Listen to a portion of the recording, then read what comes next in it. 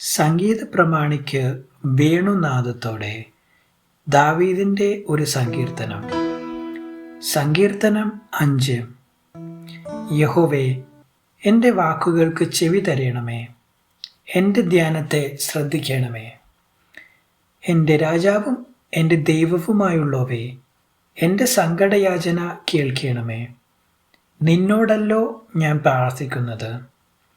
യഹോവേ, രാവിലെ എൻ്റെ പ്രാർത്ഥന കേൾക്കണമേ. രാവിലെ ഞാൻ നിനക്കായി ഒരുക്കി കാത്തിരിക്കുന്നു.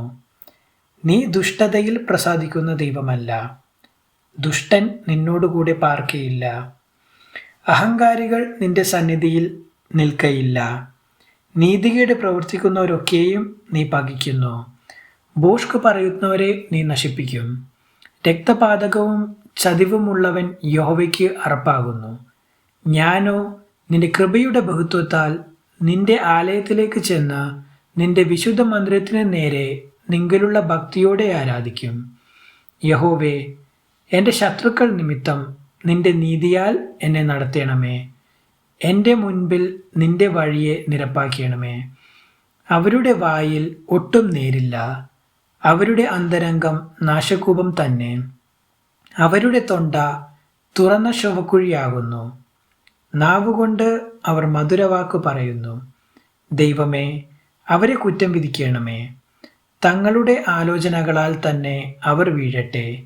അവരുടെ അതിക്രമങ്ങളുടെ ബഹുത്വം നിമിത്തം അവരെ തള്ളിക്കളയണമേ. നിന്നോടല്ലോ അവർ മത്സരിച്ചിരിക്കുന്നത്.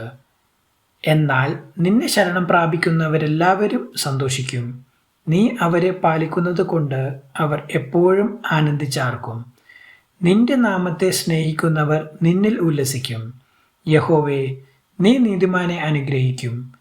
പരിച കൊണ്ടെന്ന പോലെ നീ ദയകൊണ്ട് അവനെ മറയ്ക്കും. ദൈവവചനം തുടർന്നും കേൾക്കുവാൻ ഈ വീഡിയോ ലൈക്ക് ചെയ്യുകയും ചാനൽ സബ്സ്ക്രൈബും ചെയ്യുക.